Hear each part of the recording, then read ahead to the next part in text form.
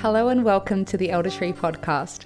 My name is Twiggy Dawn. I'm the founder of the Elder Tree and Alchemical Herbals, and I reside on Jitterbug land here in far north Queensland. You are listening to the Herbal Education segment, where each new moon I invite a myriad of plant wisdom keepers to chat about the world of herbal education, about their passions and motivations, and their dreams for the future of herbal medicine education in Australia. This podcast is brought to you by the Elder Tree, a non-for-profit organisation whose mission is putting the medicine in the hands of the people. One of the ways that we are doing this is through this podcast. If you would like to go deeper with the podcast journey while supporting the Elder Tree for as little as $2 per week, then you can become a member of our Patreon. Thanks to all of the people and plants who have helped to make this podcast possible.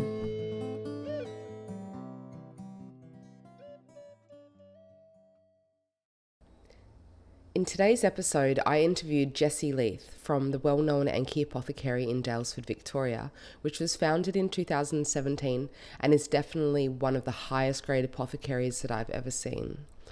Jesse has an alchemical mastermind and a high level of commitment to quality and integrity all the way from farm to bottle, and is producing spagyrical preparations on a larger scale than anyone in Australia. In this conversation, Jesse shares some inside information about the Enki farm and the diverse array of herbs that they have growing there, and about what makes some of their spagyrical preps so potent. We also get to hear some exciting news that you'll just have to listen on to find out. Hi Jesse, welcome to the Elder Tree podcast. It's so great to have you here today. Hi, yeah, nice to be here. Thank you. It's wonderful to finally meet the maker and get a bit of a inside goss on Enki. I've been down to your space in Daylesford, and it's got such an incredible vibe in there, and the medicine that you're making is very unique and potent, and we've been really loving using it in our home. And so I'd love to start with hearing a bit about your journey with the creation of Enki, so a bit of your background and how you've come to be where you are now.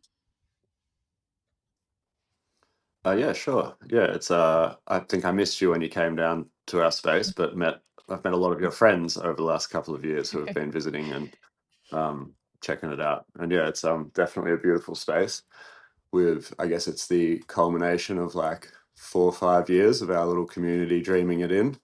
And we're actually, we'll talk about that a little more later maybe, but we're closing the doors on it for an exciting new adventure just in a couple of months as well, which we're really stoked about. But yeah, me and the history of Enki, I'm happy to talk about.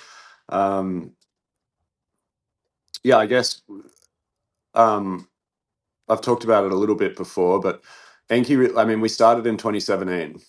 So that was our establishment year. After like probably a year of R&D from 2016 with me and my best friend, Jesse Maxwell. So there was 2 Jessies, and we founded it together, mainly focused on skincare and focused on like growing really good herbs, really high quality herbs, and then making beautiful little skincare batches.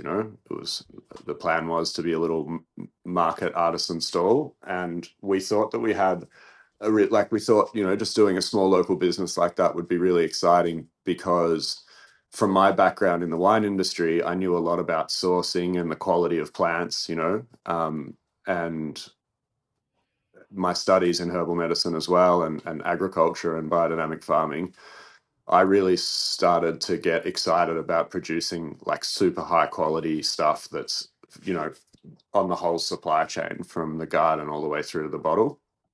And looking at the difference between biodynamic, the first few years was really a lot of time spent distilling our own essential oils, and also distilling a lot of other people's crops and learning about what worked well and what didn't, and looking at the difference in quality. We learned a lot in that first few years, so much so that we started making tinctures and herbal extracts as well. And so in the beginning, it was really all about that. It wasn't, we weren't really into spagyric. We were like very early in the spagyric journey back then. And so we were doing some spagyric techniques, but that wasn't really part of our goal for quality and for nutrient density. In the beginning, it was really about the quality of the raw materials, you know, understanding that most herbs or supplements in their plant form are probably getting harvested, getting dried in likely poor conditions, then sitting on a shelf for 6 months, then being shipped around the world, then sitting on the herbalist's shelf for a little while, and then finally getting tinctured, and then that tincture is, you know, how is that treated? What kind of bottles it in? What kind of light is it exposed to? So I guess that was really where we were coming from. The other part, I think, was that, like, getting away from the chemicals in skincare was really big to us. We were, you know, this was so 2017. I think everyone was sort of getting pretty aware at that point in our, you know, in the medicine community, in naturopathy and herbalism, about all of these, you know, synthetic compounds. Like, it was really starting to hit the scene, and the greenwashing was starting to become really visible as well. I remember, like, one of the moments we decided to do the skincare products, I was reading a Sukin label. Maybe I shouldn't have said that. I was reading an organic product label, and I noticed on the ingredients that there was still like 20 chemical compounds. And I had a chemistry background. I got a winemaking background, so like I had a fair bit of chemistry understanding. And I'm just like, these aren't natural compounds. What are these? You know, and I looked further into it, and things like cetearyl alcohol and cetyl alcohol, and these you know, compounds that are in really high-end natural or organic skincare and shampoo and conditioner. Especially, it was a bottle of conditioner I was reading, and I realized conditioner was just a lotion. There's nothing difference between no difference between a skin lotion and a conditioner for your hair. It's the same principle. It's oil and water bound together with emulsifiers. And so that started us on this skincare journey of like, well, what did we do before emulsified lotion products?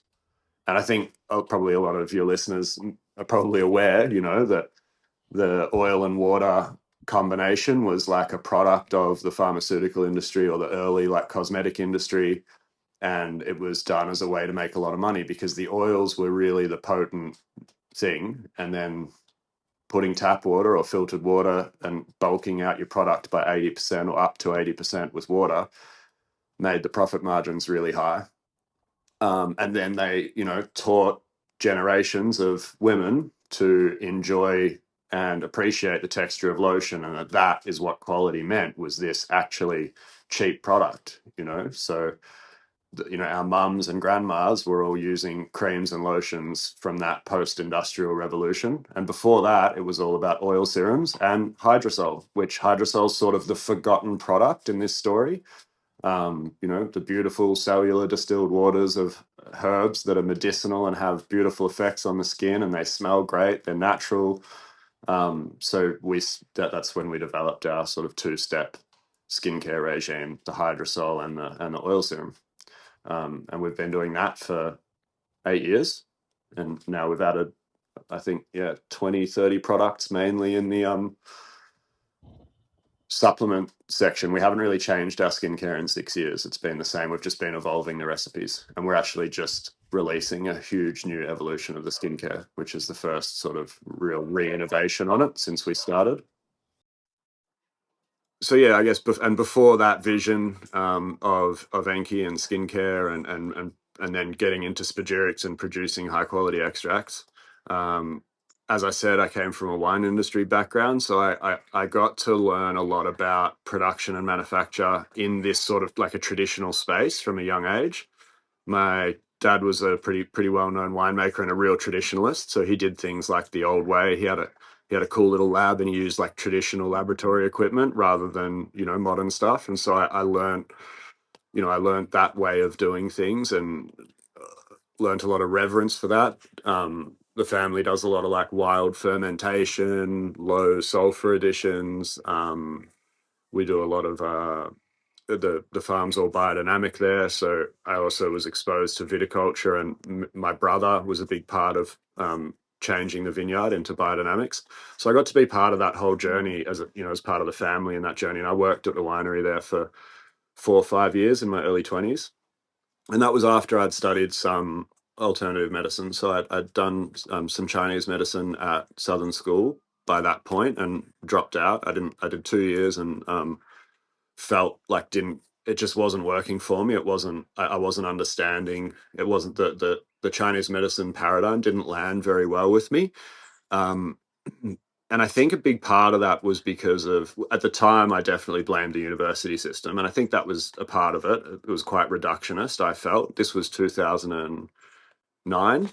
And at that point, I felt like there was a big change happening from a reductionist mentality in Chinese medicine. And indeed, with the naturopathy students and the herbalism students there, I felt that was kind of in the collective. And I got quite disempowered by that and left. But then I also later, when I discovered alchemy, which was after I'd gone back to uni and studied Western herbal medicine, 6 or 7 years later, I stumbled across like Hermetic philosophy and alchemy, or got serious about it. I'd known about it since I was a kid, but I got serious about it, and that, like, I felt like everything that was missing from studying Chinese medicine fell into place with alchemy and Hermetic philosophy.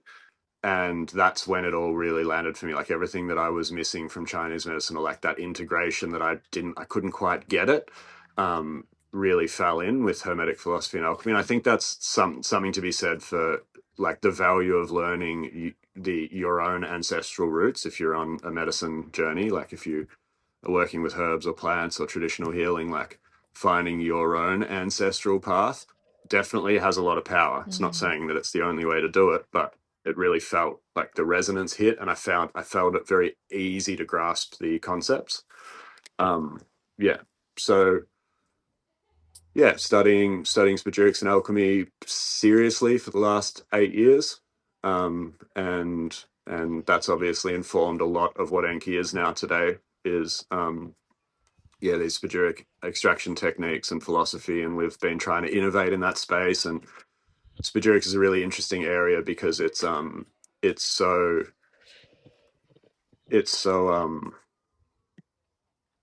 sorry. Spagyrics is a really interesting space because it hasn't been scaled really, and it's not like, people are still working out the techniques and how do we do this commercially, how do we do this at quality level, like calcinations and distillations, and these processes that are involved in spagyric alchemy are quite difficult to do at large scale. And so it's a really awesome and fun and interesting challenge for us, and we've come a long way over the years. We're just sort of reaching a new point this year with our production and scale, where we're really able to produce a lot more. We've upgraded our techniques so much now. Like, we're really doing calcinations at a very high level. We're doing, all of our tinctures are now distilled at a high level, which is, it's a big step up, and we're able to do that and keep the supply going, which is big. Like, we're starting to become a small to medium sized company now, and it's a lot of work in manufacture. So now I find myself really I'm a manufacturing developer now, but in the esoteric and nature spaces, which is really fun and beautiful, and trying to do it in a conscious way, or doing it in a conscious way, is a lot of fun. So that's where we are now. Wonderful. Great. Yeah. Thank you for sharing that bit of the history and what's led you to now. It's really wonderful what you're doing with the garden to glass or farm to glass model that you're doing there. I've been reading Anne Armbrecht's book, and she talks about how, like, globally, in the herbal supply chain, the average herbal product on a shelf in a health food shop or a herb shop, on average, changes hands 10 to 15 times before it reaches the shelf. So, like, for the consumer. So Absolutely. yeah. Yeah. And that's pretty kind of startling when you think of, like, what's gone on all of those 10 to 15 steps, and like, what has the herb actually gone through, and what are the energies of all the people that Yeah. have been harvesting it and moving it, and what kind of environments and pollutants and all of that has it been exposed to, and how actually fresh and vital is it by the time it actually gets to the patient or the consumer. So yeah, it's really wonderful what you're doing, using fresh, vital, alive medicine, and not having it have all of these steps of removal and disconnect. So Yeah, so I'd love to hear a bit more about your garden and your farm, like currently, and kind of where you come from to now, with the growing. Like, what are you Yeah, yeah, growing, and tell us a bit about your garden farm. yeah, for sure. I guess, yeah, it's all in a quest to get away from that issue. And of course, we still source a lot of our material as well, and we do it Mhm.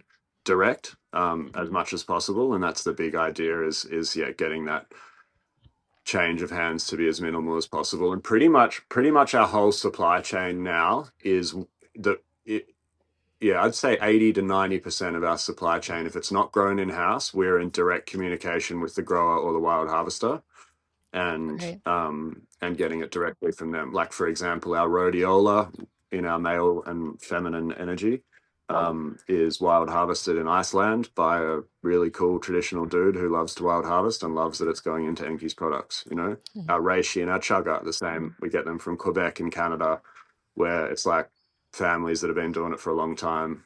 They're French speaking. It's part of their culture. They love it. You know. Um, so yeah, it's interesting. In terms of our farm, that's been, yeah. So we landed at this our new farm is now, it's about to go into its third season. So we've been here for 2 years. This is the third growing season that we're getting into in a few months.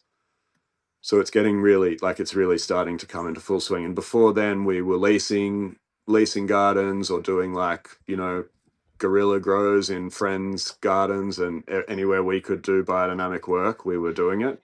And that's been like, yeah, so it's been a big transition to get into a proper production farm. It's a 28-acre farm, and we're cultivating just under 5 acres now. We're probably going to do we'll probably get another acre and a half up for this spring.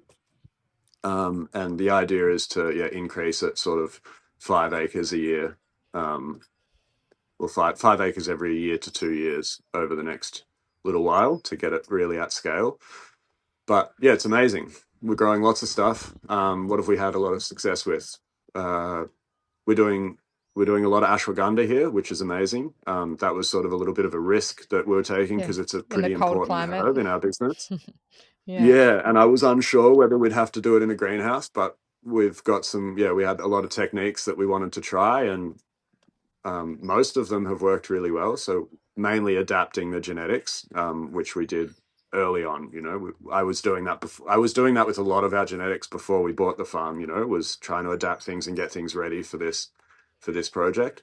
So yeah, the ashwagandha is amazing. We did like 20. We harvested 20, 25 probably. 2-year-old plants this autumn, Mhm. Yep. which was cool, and got like a really, really good yield. And we've got another 100 in now behind them. So we're successively getting it going. Siberian ginseng, we're growing really well here. We Great. grow a lot of calendula and yarrow for our skincare. Like that's probably one of our biggest crops is the because we do an ultrasonic infusion in the night serum and the day serum of our herbs, and it's yarrow and calendula for obvious reasons, amazing for collagen and all that sort of thing. Um, so they're probably our biggest crops. We do all the herbs for the digestive fire we're growing here. We're growing lion's mane and reishi as well, native reishi and lion's mane. Still early days on the mushrooms, but like we're producing and it's in the tinctures. Um, Mm. uh, what else are we doing? I mean, there's so much. We've got barberries working really well here. All the the parasite herbs. So we do the microbe formula. So the black walnut, the olive, the wormwood, and the herb potency. Like the reason we're here, and we're on video, so I can show you. Like we're in foggy mountains right now. Mm-hmm. Um, the reason we're here in Daylesford is we have the most dramatic shift in temperatures throughout the year. So our winters, like we can get a fluctuation still of like 20 degrees in winter. And in summer, we can get 20, 25, 30 degree, probably 20, 25 degree fluctuations, really. And that can happen throughout the year. So the plants are getting a lot of influence from that and producing a lot more of their bioactive compounds because their immune systems are stimulated. There's a lot of, that traditionally they say that's the more extreme the seasons, the better. It can be harder to farm in extreme seasons, but the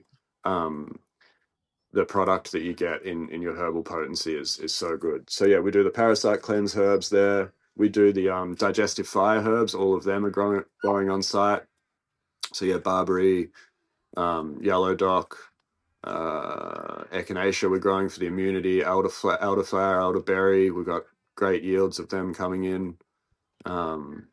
Interesting stuff. Schisandra, still early days, but that's happening. Shatavari for the feminine energy, early days, but it's happening. Great. Yeah, and then a lot of chamomile, a lot of essential oil crops. I haven't even talked about natives. We've got quite a big native program, but it's still like it's going to take 4 or 5 years to get established. But we're growing Tasmanian pepperberry.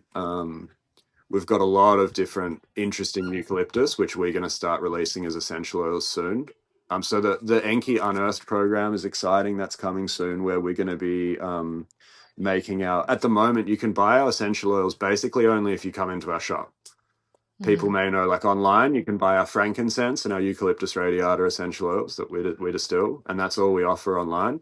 But in the shop in Daylesford, there's sometimes 15 different essential oils, and they'll sell really fast. Like sometimes we only produce 4 or 5 bottles, But as we've been scaling that up and the garden's getting bigger, more of them will start coming online on the website. So we've got a few interesting eucalyptus species that no one smelt before. We've got a few interesting. Well, we've got finger lime, which will be the first commercially available finger lime essential oil, I think. Fact check me on that, but last I checked, I haven't seen it before. Yeah, it's pretty cool. So chamomile as well, and we do like interesting rare rosemary varieties. So they're going to be coming. Most of Acunzia, for example, as well. So most of them will be coming on to the essential oil lineup on the website over the next year or two, and we'll just keep going as new things come in. We've got really interesting berries that we're growing, some of which we're not talking about yet. We've got some cool genetics of really high antioxidant rich, very superfood, cold climate berries that will be going in the skincare in their next evolution.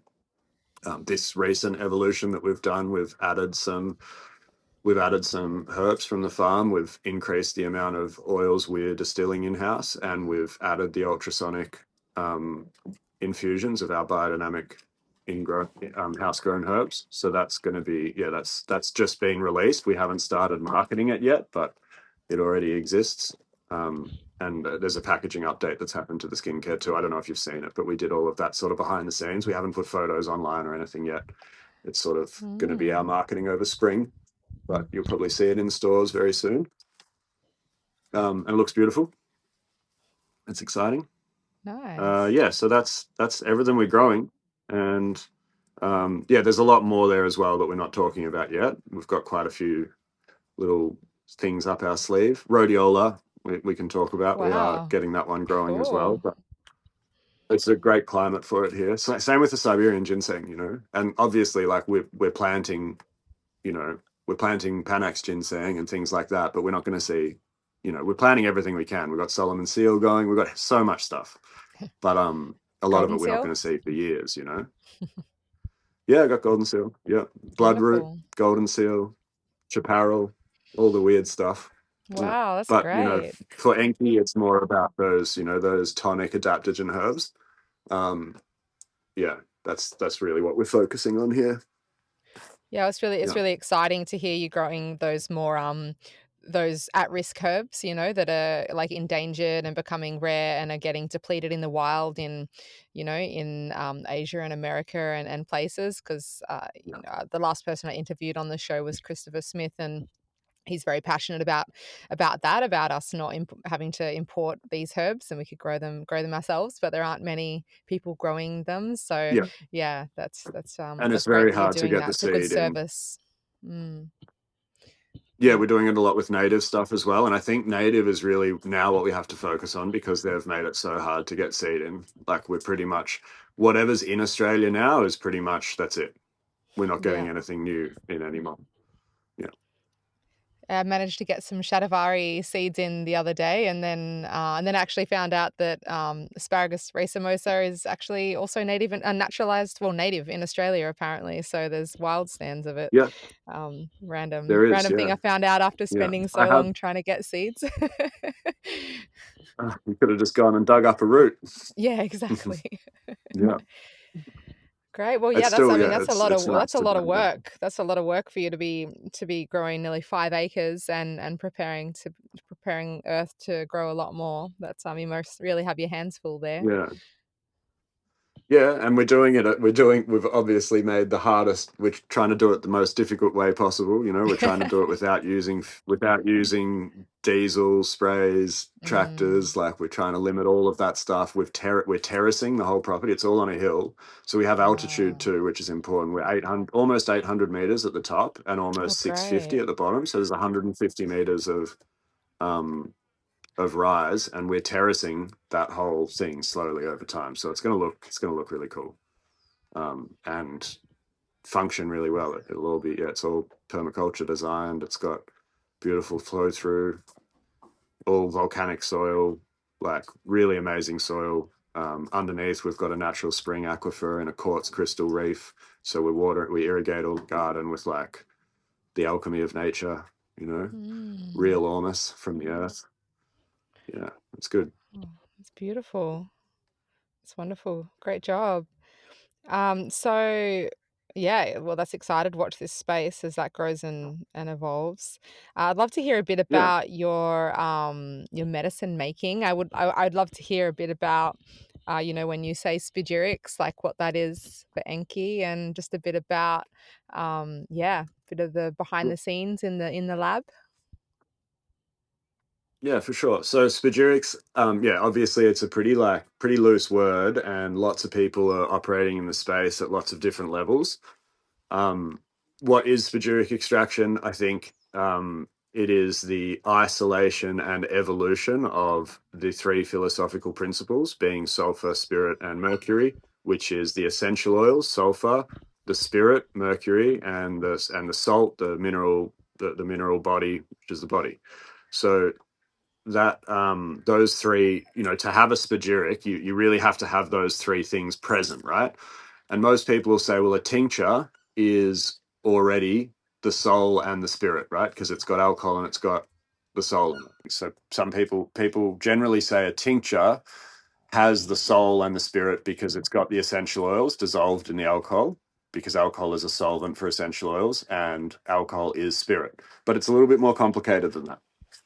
And definitely for a long time, that's how we were producing our spagyrics. We were doing a tincture, and then we were calcinating the salt and putting that in there, and that was simple. Then we started doing dual extract and then adding the salt, which got us a little bit more. That's sort of a hybrid between mainstream and like the current trend in mainstream, which is a dual extract is obviously superior to a single extract, because you're getting the water soluble and the alcohol soluble, and then um, doing the salts. And it took us a long time to catch up with the salts and keep up with the salts because the salts are very labor intensive. So that was our focus for a long time, was the salts. But we got there, and we now just up leveled our salt game again, and we're firing our salts at 600 degrees in like a clean, contained environment instead of in more rudimentary or traditional ways, and getting our crystalline mineral salts to a nice like glass before we then put them into the tinctures. So they're really clean and pure. These are homeopathic tissue salt grade salts that go um, into our tinctures. And that's, I don't know if you know that, but spagyrics is where the concept of tissue salts and homeopathics both came from, right? The cell salt, tissue Oh, salt thing, right. that's from Paracelsus and Yeah. spagyrics originally, and it got developed into its own form of medicine. But all spagyric tonics, when made properly and when the salts are done properly, they can be at that grade. You're getting a tissue salt supplement. And for those of you who are in that world or into that, we put little astrological glyphs on each of our products, just hidden on the right of the label, and that will indicate to you which there's a chakra and a planetary glyph, and that will indicate to people what sort of energetic or archetypal force or cell salt force this medicine is or this extract is capable of delivering. So that's how we just, it's like a little whisper that we do. And then we upgraded our understanding of soul and spirit over the last few years, and then it took a while to then implement that into our production, which we've now done. So all of our tinctures now go through a vacuum distillation. So all of our tinctures are distilled. So that means that the essential oil has been evolved. And that's the critical thing that's missing in saying a tincture with salt in it is a spagyric. Really, that essential oil needs to become exalted and go through that distillation process, which changes its molecular structure. It actually forms new compounds. A great story I often tell is the example of this is chamomile flower, which is white in nature. The oils are clear, but when distilled, a new compound called azulene gets formed, and that's a blue oil, and that's why chamomile and yarrow oil are blue, from azulene compounds, and they don't exist in the plant until it goes through distillation.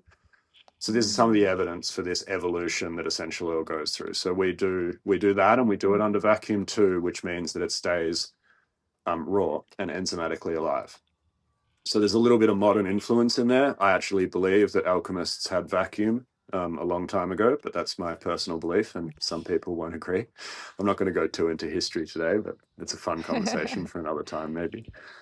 And then so we're doing that with our oils and getting that exaltation of the sulfur, and now we're just in the process of doing that upgrade to our mercury, to our spirit. So we've used certified organic cane spirit since we got a bit bigger and we couldn't distill all our own grape spirit.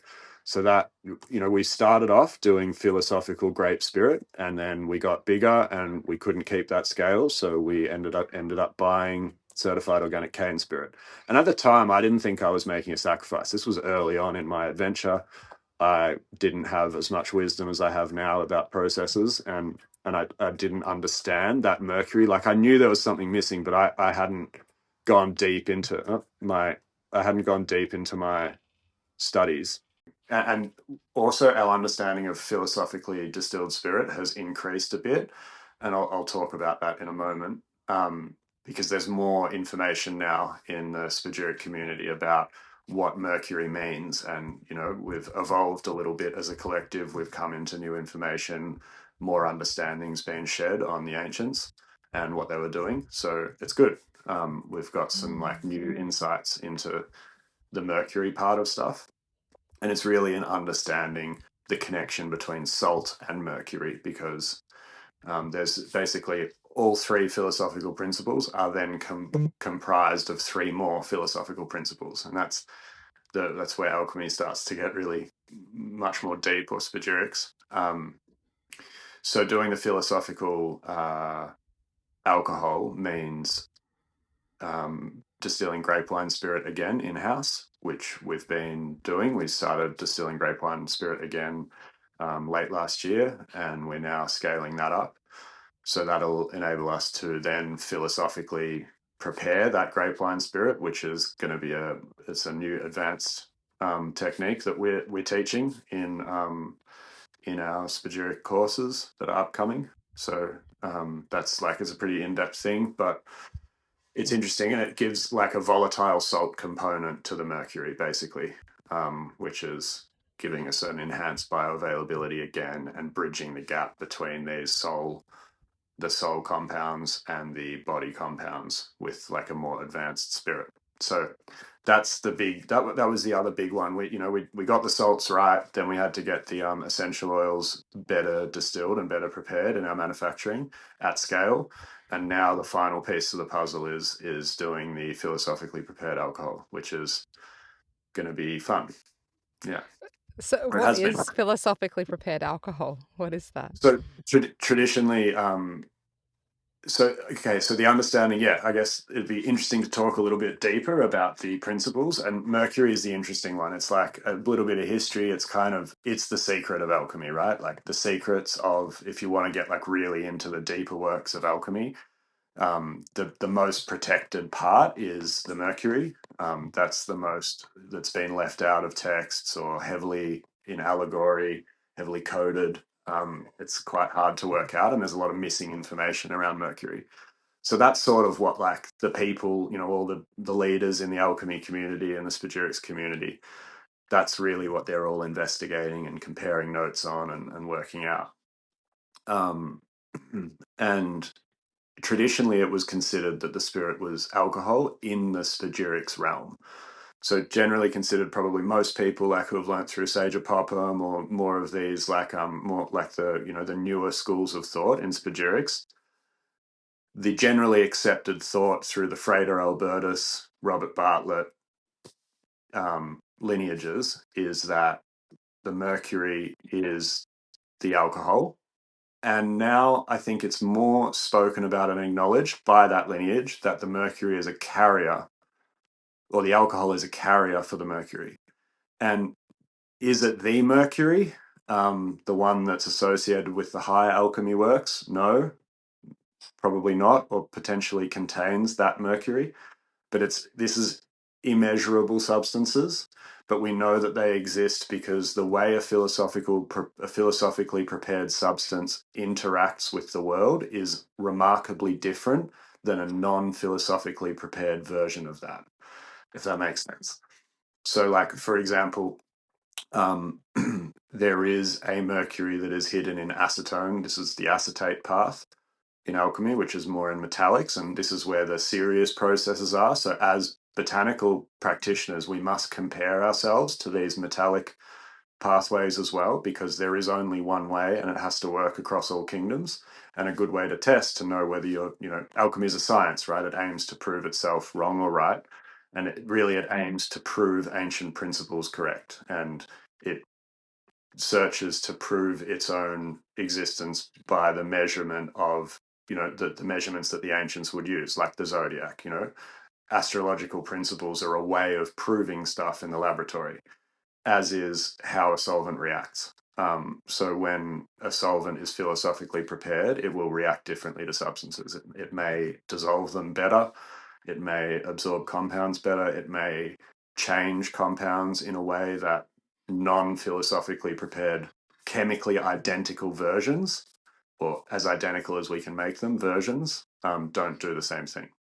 So the ethanol as a compound is not the mercury. And we know that our tinctures have been lacking that a truer mercury. We're really there. They're somewhere between a modern extract and a spagyric still at the moment, and we are getting them to a point where they are true spagyrics enhanced with modern techniques and equipment. Yeah, but yeah, so that's a bit on mercury. It's a deeper conversation. And it's interesting, like part of what, like from a more modern scientific lens, part of what is happening in these philosophically prepared substances is enzymatic action. And I guess that like can put it a little bit deeper. The enzymes are kind of like the coders of reality, is how I see it. And through the enzymes, the code of realities can sort of be written, changed, and altered. And I think that's what spagyrics and alchemy is really all about, is working with enzymes, which are like God's little building blocks, or God. Yeah, right. Wow. And then does that then make the like the phytochemistry of the plants more extractable or bioavailable? Yeah, from a chemistry perspective, you get the the current thought is 85% or above bioavailability from a true spagyric. And that's like that's like from a pharmacological perspective, and that's not taking into account the homeopathic principles, the understanding of cell salts and tissue salts, because they're not included in that modern scientific perspective, right? But if you look at this from from an anthroposophic or a Steiner perspective, you're not just getting the bioavailability, but you're getting the true lesson of the plant. And if it's spagyricized properly, that lesson is like evolved, bioavailable in pre-resonance, like it's been tuned up, ready to go for the human experience. And that's what Spagyrics is all about on an anthroposophic level, I suppose. But yeah, you are getting like better. There's a mechanism that the cell switches mechanism gives you an intracellular bioavailability, and it's here's one of my like proofs that Spagyrics works. You know that there's some very high intelligence involved with alchemical theory, is that the spagyrically prepared salts happen to activate these magnesium potassium cell switches at the perfect ratio to allow the botanical substance into the body at a cellular level. Wow. And that's, yeah, so that's pretty interesting stuff. That's from, to reference that, I learned that from Sager, and that was from a Bastyr University graduate paper, I think. Yeah. Oh, of course, yeah, super in depth, the alchemical principles and methods. I'm a bit of a folk herbalist, so a lot of it goes over Yeah. my head. But yeah, could you tell us a bit about, so you have your essential oil. I don't think we talked about the method though. Like, so are you doing kind of like steam distillation in a copper alembic, or like what's your methods for essential oil extraction? Yeah, so we love traditional distillation of essential oil. We do a rectification process, which is where we bring the spagyric side into it. But our essential oils are steam distilled mostly. We do some hydro, depending on the substance. We use our spring water, so it's all spring water distilled. So all our hydrosols are distilled like that. We use copper's not copper can't be really scaled to the level that we're producing at now. So we've gone to stainless steel. We Mm-hmm. use really good 304 grade stainless, and then we've designed our own alembic style distillers. So the tanks are stainless steel, and then the pathways are glass. We think distilling in glass is really, really important. It gives you a much purer oil, and you want a pathway after the stainless steel where the steam is in contact with glass, because the glass is inert. It'll prevent a lot of like any heavy metal and things like that. It reduces significantly or removes. There's always, one of the big problems with the essential oil industry is low quality stainless steel, and improper pathways lead to heavy metal contamination. I wouldn't suggest taking essential oils internally anyway, but if you Mm-hmm. were, you'd want them distilled very cleanly. So we have a glass path and then a copper alembic head. So we still have like that copper alembic interaction to keep that, energy of traditional distillation alive. And we like it as well. We think that it affects the perfume. We did a lot of trials and found that the copper alembic shape, even and being made of copper, does sweeten the perfume of most essential oils. So we like that. Yeah, and that's how we distill. We've got 250 litre stills at the moment, and that are in production, and a 300 litre that we use occasionally.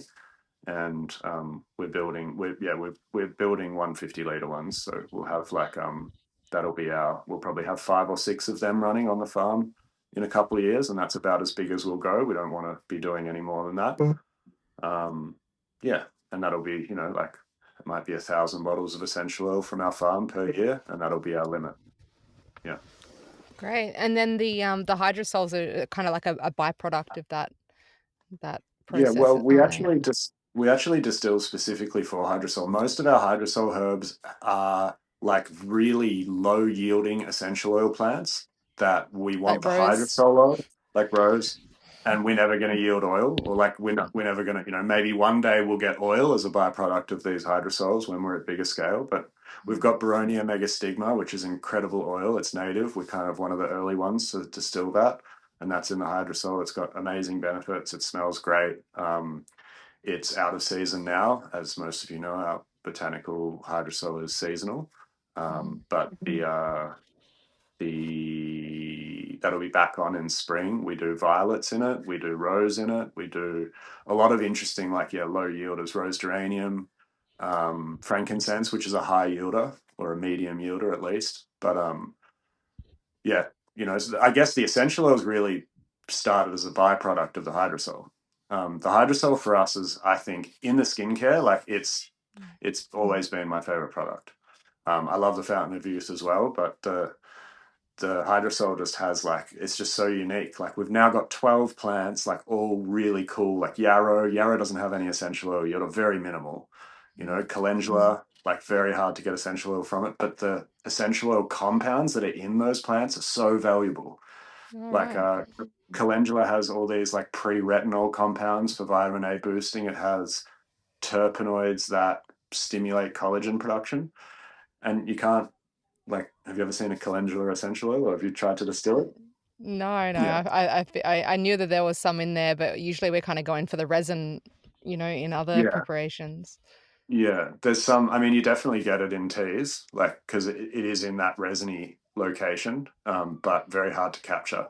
And we Mm. just still like we get a little bit of calendula oil for ourselves, and it's an amazing product. Like Wow. maybe in 100 liter hydrosol run, we might get 1 or 2 mil of oil. If we're lucky. If it's like on a good moon, and yeah, it's not always yielding at all.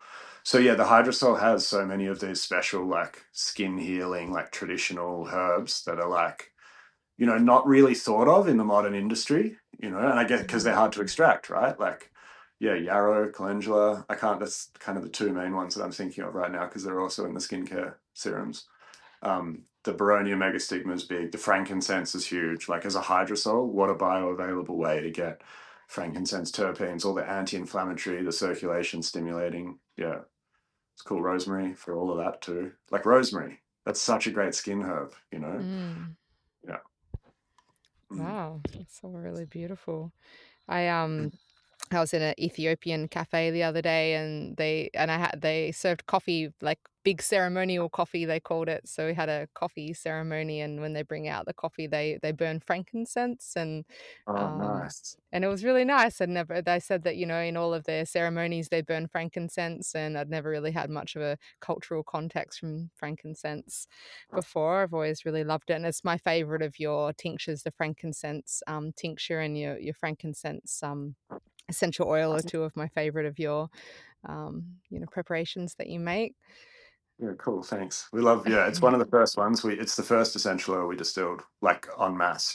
Was for the Mm. Fountain of Youth serum, and then yeah, the hydrosol as well. It's great oil. I love it too. And it's like because it's I think the frankincense oil is a really good one for comparing like real traditionally distilled, like with quality in mind oils and well sourced compared to, because like we import it, obviously we don't grow frankincense. um and I don't think there's any Boswellia like farms in Australia that I'm no, aware of growing we're trying. frankincense. Yeah. We're trying. We'll see. I think we can grow it right. It'll never be as good though. Like it'll never be as good as Royal Hajari from Oman.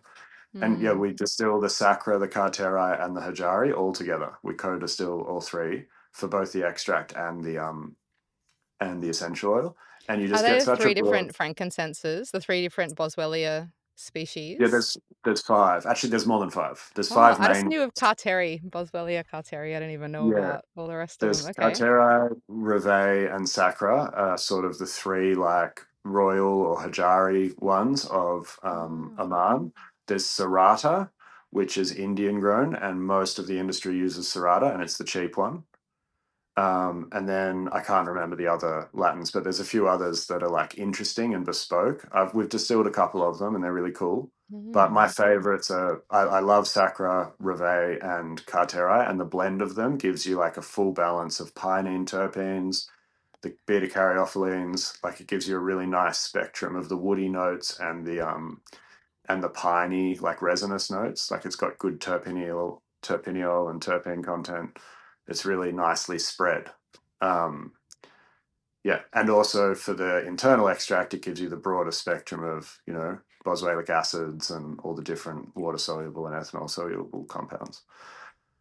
Yeah, Mm. it's a fun. It was a fun one to make. Big learning curve making frankincense extract. It's actually really hard to tincture it. Like you probably know you've probably made it yourself. Well, It's any very kind of any difficult. resin, right? Like it's Yeah, kind of yeah, gummy and yeah. yeah. Mm. Well, each plant has a totally unique phytochemistry makeup and personality and everything. So, Yeah, Yeah. they have different needs to be able to get that out. Mm. Well, thanks for a bit of insight into where things are at now. I'd love to hear a bit more about these next steps, because it sounds like you're at the precipice of a big change with the old shop Oh, closing yeah. down and the farm expanding. Can you tell us a bit more about what's in stock? Yeah. So yeah, well, we've had 3 years at our Daylesford location, which has been really fun. It's been cool. We decided, like, when we first started, we did like a bit of an organic restaurant and like botanical cocktail bar experience for the first year and a half. And then the second year and a half, we went more into like coffee shop apothecary. And I guess we did that because it was to like really, build the brand a bit, get us known in like the Daylesford region. So we kind of went with more of a hospitality experience, because coming from like, when we're up in the Northern Rivers, obviously like very different demographic to down here in Victoria. So we Mm. felt like, we needed to create a sort of bridge into the herbs, and it's worked really well. Like, it's amazing how many different types of people we get in at Enki who are like, really into, like, they're seeing medicinal mushrooms on their Instagram. They're learning about, or like their grandma used to use nettle, and they just felt like they had to come into the shop. And like, it's just been conversation after conversation for years now. We've all got to just witness that. All walks of life, all types. Often the people you think are going to know all about what you're doing are not, and often the people you don't think are. It's very interesting. Been a really cool experience. But yeah, so the next stage is now to build the apothecary. Well, we've been working on building the apothecary out at the farm. We've built the lab out here now, which is cool. So the lab's like been in full swing for 2 years, the new lab, or year and a half. Um, and the farm's going, and so now it's about putting the customer facing part out here and having experiences Okay. where people can come out to the farm. And we're going to keep the apothecary, like, Enki's become, like, in Daylesford, it's become a really community driven thing. Like, we have a heap of, locals and community people coming in. Like, it's a bit of a workspace, it's a bit of a chill space. It's like a real meeting space right in the center of town. And so we want to keep that like open. And we'll do it at the farm, which is only a 5-minute drive from town. And Daylesford's like kind of one of those places where it's kind of becoming a bit, like Byron Bay and some of these bigger tourist cities, like the town's actually avoided by the locals most of the weekends. So I think, or most of the, yeah, so those times I think they'll be glad for a place to go. And a lot of the tourists as well will really want to engage with like coming out and seeing the farm, I'm sure, and like doing Mm. the cafe experience. Like, they go and visit cellar doors and wineries all around the region and distilleries and stuff like that. So I think it'll fit really well.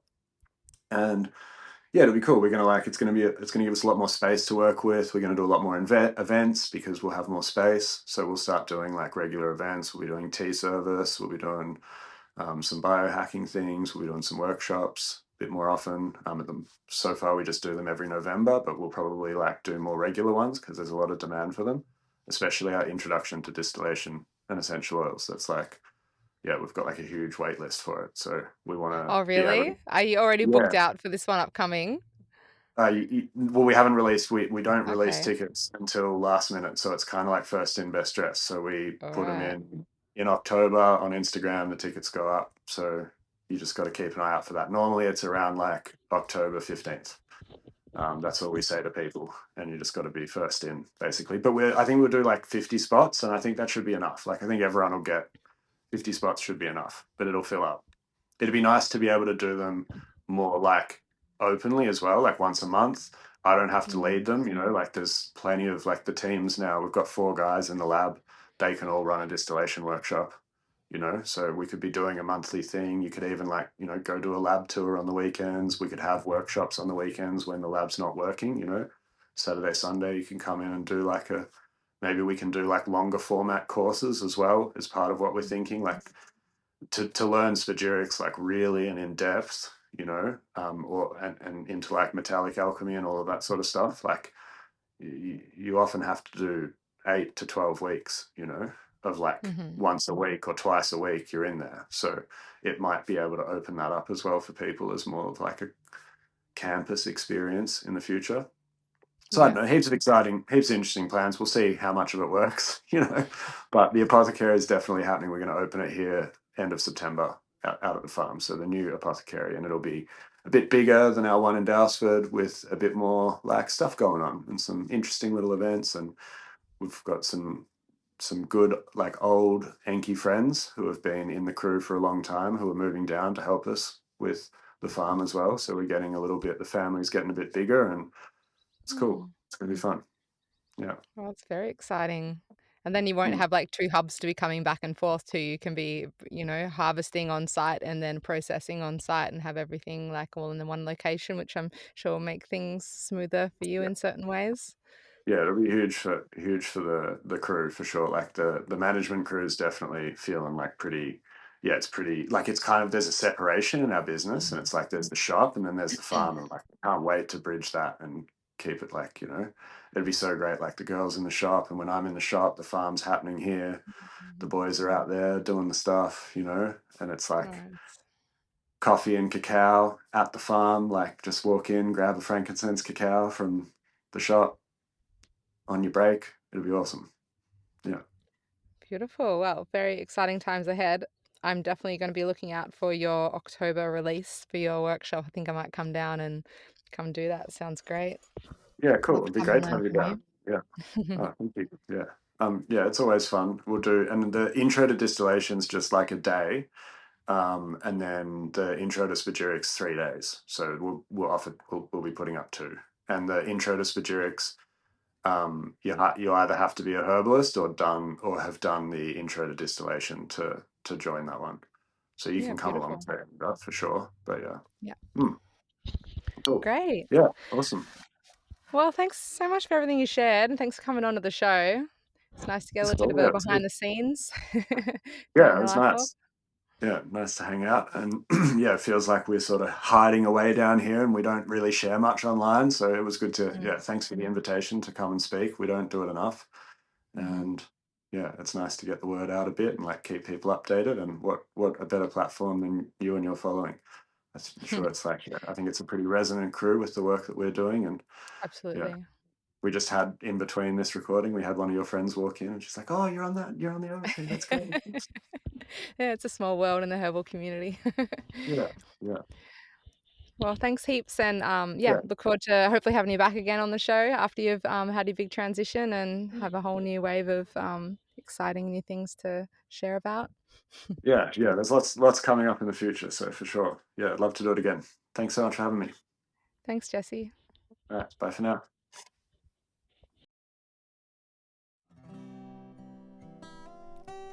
Thank you so much for listening to the Herbal Education segment of the Elder Tree podcast. Stay tuned every new moon as I interview more wise and inspiring herbal educators and herbal lore keepers from around Australia. If you would like to go deeper with the podcast journey, you can become a member of the Elder Tree Trove on Patreon. Contribute as little as $2 per week to access free content from our interviewees and also access discount codes and opportunities which are exclusive to our members. You can find us on Patreon by going to www.patreon.com/theeldertree. Other ways that you can assist us in getting our offerings out there to more people in Australia is by subscribing and leaving a review on Apple Podcasts and on the Spotify app. Also, liking, commenting on and sharing our social media posts actually has a really positive impact and helps us to reach further with the message from all of the amazing herbal lore keepers that we interview on this podcast. Thank you so much for your support and have a most wonderful day.